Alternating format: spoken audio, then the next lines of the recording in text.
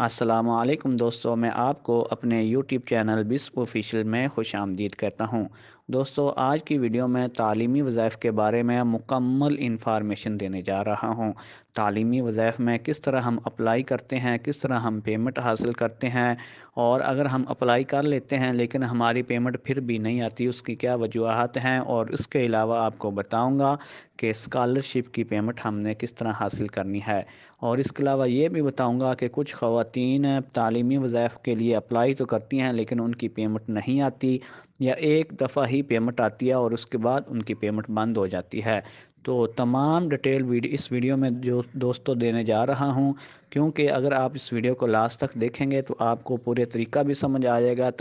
تعلیمی وظائف کی پیمنٹ حاصل کرنے کا، اور اس کے ساتھ ساتھ آپ اچھے طریقے سے اپلائی بھی کر سکتے ہیں کہ کس طرح ہم تعلیمی وظائف کے لیے اپلائی کریں۔ تو تمام کی تمام ڈیٹیل دوستو اس ویڈیو میں دینے جا رہا ہوں۔ ویڈیو کو لاسٹ تک دیکھنا ہے اور چینل کو بھی سبسکرائب کرنا ہے، کیونکہ ڈیلی آپ کو اسی چینل کے اوپر انفارمیٹیو ویڈیوز ملتی رہیں گی اور آپ ان سے کچھ نہ کچھ فائدہ بھی لازمی حاصل کرتے رہیں گے۔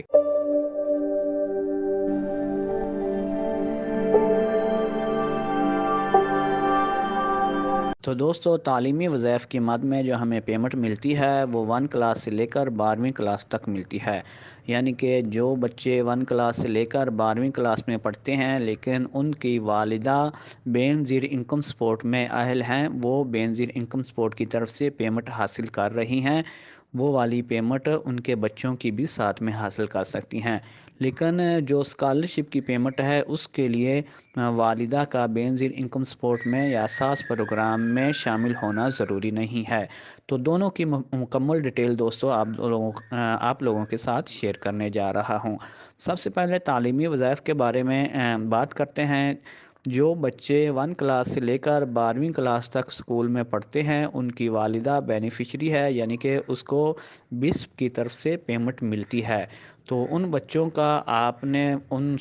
ایک ویریفیکیشن سلپ لینی ہے جو آپ کو بے نظیر انکم سپورٹ کے آفس سے بھی ملے گی یا بک شاپ سے بھی ملے گی، یا وہ شاپ جو کہ بے نظیر انکم سپورٹ کی پیمنٹ نکالتی ہے وہاں سے بھی آپ کو یہ والی سلپ مل جائے گی۔ اس سلپ کو آپ نے اسکول سے ویریفائڈ کروانا ہے، اس کے ساتھ بچے کی ایک عدد تصویر، والد والدہ کے آئی ڈی کارڈ کی پکچر، اور اس کے علاوہ موبائل نمبر اور بے فارم آپ نے ساتھ میں لگانا ہے۔ یعنی کہ 5 چیزیں: ایک ویریفیکیشن سلپ، اس کے علاوہ بچے کی ایک عدد پکچر، بے فارم کی کاپی، والد والدہ کے آئی ڈی کارڈ کی کاپی اور موبائل نمبر۔ یہ 5 چیزیں آپ نے بسپ کے آفس میں جمع کروانی ہے جو بینیفیشریز پیمنٹ حاصل کرتی ہیں۔ تو 5ویں سے نیچے تک جو بچہ پڑھتا ہے اس کی فیس، اس کی جو پیمنٹ آتی ہے وہ 1500 روپے آتی ہے اور بچی کی 2000 روپے آتی ہے۔ اسی طرح 6 سے 8ویں تک بچے کی 2000 روپے اور بچی کی 3000 روپے پیمنٹ آتی ہے۔ اسی طرح 9ویں اور 10ویں میں بچے کی 3000 اور بچی کی 4000 آتی ہے۔ اسی طرح 12ویں میں بچے کی 5000 اور بچی کی 6000 روپے پیمنٹ آتی ہے۔ یعنی کہ ہر سٹیپ میں، ہر کلاس میں، پرائمری سے مڈل سے اس میں انٹر میں جیسے جاتے ہیں تو ان کی ساتھ ساتھ میں ان کی پیمنٹ بھی بڑھتی جاتی ہے۔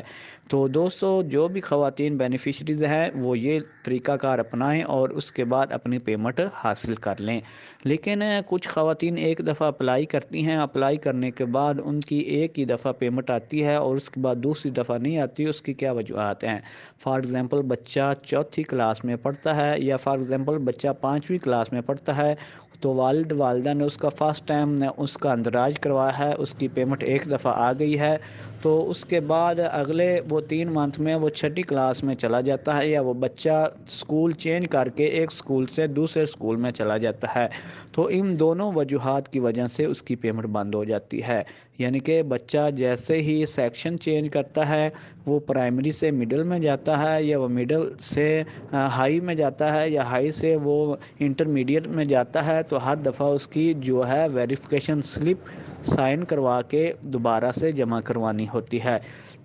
یا بچہ ایک سکول میں پڑھتا ہے، ایک سکول سے دوسرے سکول کو چینج کرتا ہے، تو اس صورت میں بھی ان کی دوبارہ سے انٹری کروانا ضروری ہے، کیونکہ بے نظیر انکم سپورٹ کی طرف سے کچھ لوگ آتے ہیں جو ان کی ویریفیکیشن کرتے ہیں اسکولوں میں بچوں کی۔ اگر بچے اسکولوں میں نہ ہوں تو وہاں سے ان کا نام کاٹ دیا جاتا ہے اور اس لیے ان کی پیمنٹ بھی نہیں آتی۔ تو یہ تو مکمل ڈیٹیل تھی دوستو بے نظیر انکم سپورٹ میں پیمنٹ حاصل کرنے والی خواتین کے بچوں کی، کہ انہوں نے کس طرح اپنی پیمنٹ حاصل کرنی ہے، اور اس کے ساتھ ساتھ بچے کی اسکول میں 70% حاضری بھی ضروری ہے، کیونکہ اگر 70% حاضری سے کم ہوگی تو پھر بھی اس کی پیمنٹ نہیں آئے گی، اس لیے ان تمام چیزوں کا خیال رکھنا ضروری ہے۔ اس کے بعد اسکالرشپ کے بارے میں اگر بات کی جائے دوستو، تو اسکالرشپ نان بینیفیشریز کو بھی ملتی ہے، جیسا کہ اسکالرشپ میں 5ویں سے 6ٹھی اور 9ویں 10ویں 11ویں 12ویں تک بچے ایڈ ہوتے ہیں، اور ان کے اکاؤنٹس جو ہے بی او پی کی ماد میں اوپن کیے جاتے ہیں، یعنی کہ